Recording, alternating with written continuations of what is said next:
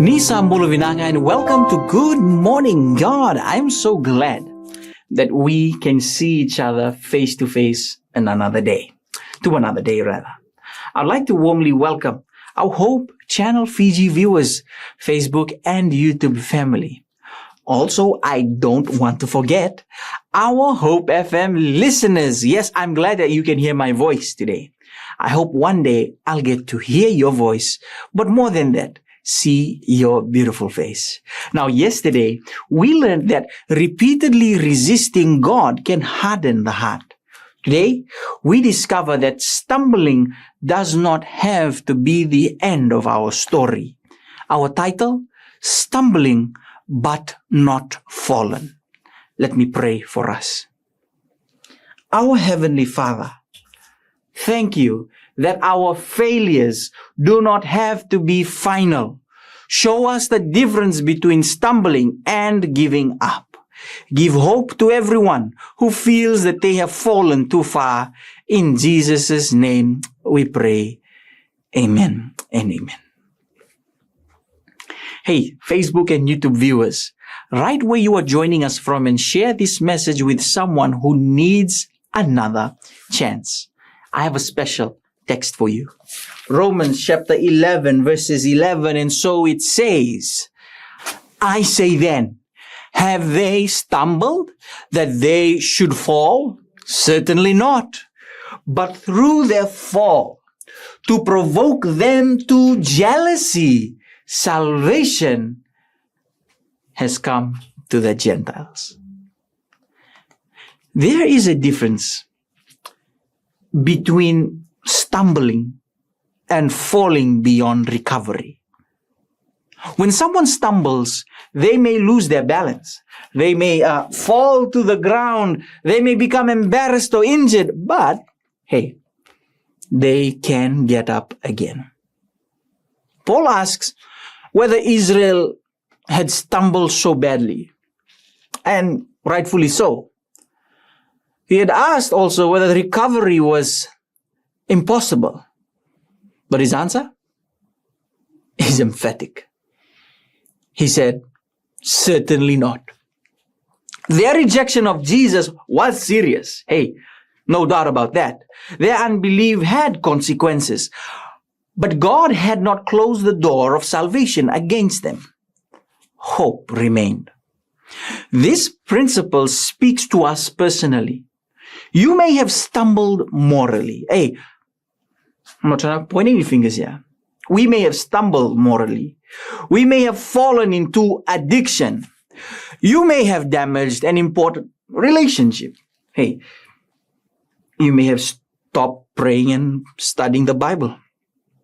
You may have left the church. You may have made a decision that still fills you with shame.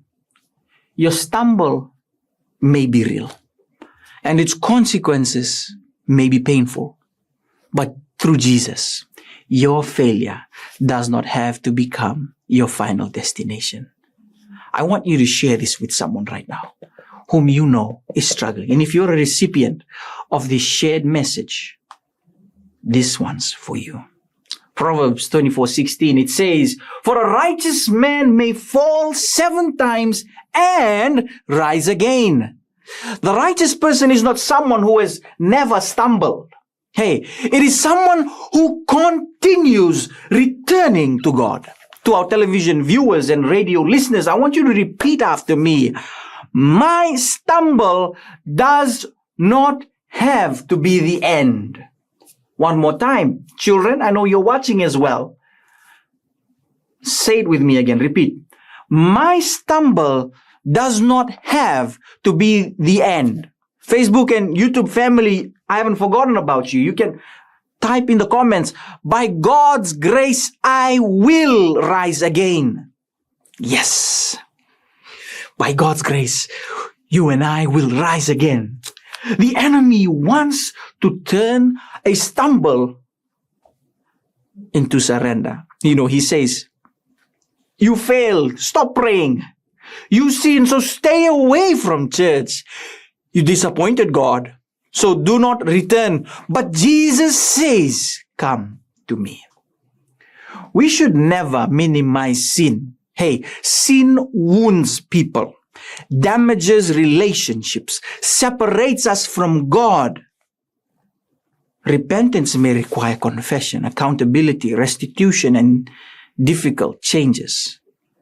You see, grace does not pretend the stumble never happened. No, grace helps us get back and walk differently. Consider Peter. Hey, he promised Jesus that he would remain faithful, but later denied him not one, not two, but 3 times. Peter stumbled badly. Yet, Jesus did not discard him. After the resurrection, Jesus restored Peter, and guess what happened? Recommissioned him. Feed my, can you guess? Sheep. Peter's failure humbled him, but it did not disqualify him from being transformed and used by God. God can do the same for you and I. God can bring good from pain. Romans 11 reveals another powerful truth. You see, when many in Israel rejected the gospel, the message moved more widely to the Gentile world. God did not cause their unbelief. Hey, He didn't do that. No, He did not cause that. But He brought something good out of a painful situation. This is consistent, of course, with Romans chapter 8, verses 28. You see, God can work all things together for the good of those who love Him. This does not mean that everything that happens is good. You see, betrayal is not good. Sin is not good. Abuse is not good. Loss is not good. But God is so powerful that evil does not receive the final word. He can bring ministry out of pain. Hey, He can bring wisdom out of failure. He can bring testimony out of struggle. He can bring compassion out of suffering. Your worst chapter does not have to be your last chapter. Put it in the comments. Someone needs to clip that.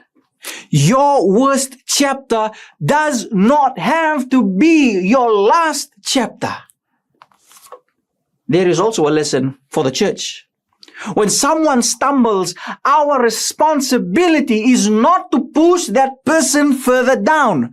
Galatians 6:1 says that those who are spiritual should restore a fallen person in a spirit of gentleness. Restoration does not mean hiding the wrongdoing. It does not mean removing accountability or placing victims in danger. It means that correction should seek repentance, healing, and transformation, not humiliation and revenge. Jesus told the truth about sin, but He also opened the door to a new life. The church must become a place where repentant people can rise again. Have you stumbled and now feel afraid to return to God? I want you to place your hand over your heart and say, Jesus, help me get up again. Facebook and YouTube family, that is your prayer. I want you to type, Jesus, restore me. Perhaps you know somebody who has stumbled. Instead of gossiping about them, pray for them. If appropriate and safe, offer encouragement. Be careful not to define a person permanently by the worst moment of their life. Now here's some practical applications. First, admit the stumble. You see, healing becomes more powerful when it begins with honesty, not excuses. Number 2, return to Jesus immediately. Do not wait until you feel worthy. Come as you are, confessing your need. Number 3, accept accountability. Real repentance is willing to make changes and repair damage where possible. Number 4, learn from the fall. Ask, what weaknesses environments or decisions led you to it. Number 5, help others rise. I want you to speak truth with gentleness and point people towards Jesus. If you have stumbled and in need of prayer, Bible studies, or someone to visit and encourage you if you're around the Suva area or Fiji, call the number 813 toll-free. 813. It's a toll-free line. You are not calling because you are beyond hope. You are calling because you are ready to take another step towards God. Once again, the number is 813. A final thought. Stumbling may be a part of your story, but through grace of Jesus, it does not have to be the end. I want you to say with me, by God's grace, I will rise again if you believe so. Because that's what the Bible teaches. Once again, by God's grace, I will rise again. Let me pray for you. Father God Almighty, thank you so much that you do not abandon us when we stumble. Forgive our sins and give us genuine repentance. Lift those who are overwhelmed by guilt. Help them return to Jesus, accept accountability, and walk in a new direction.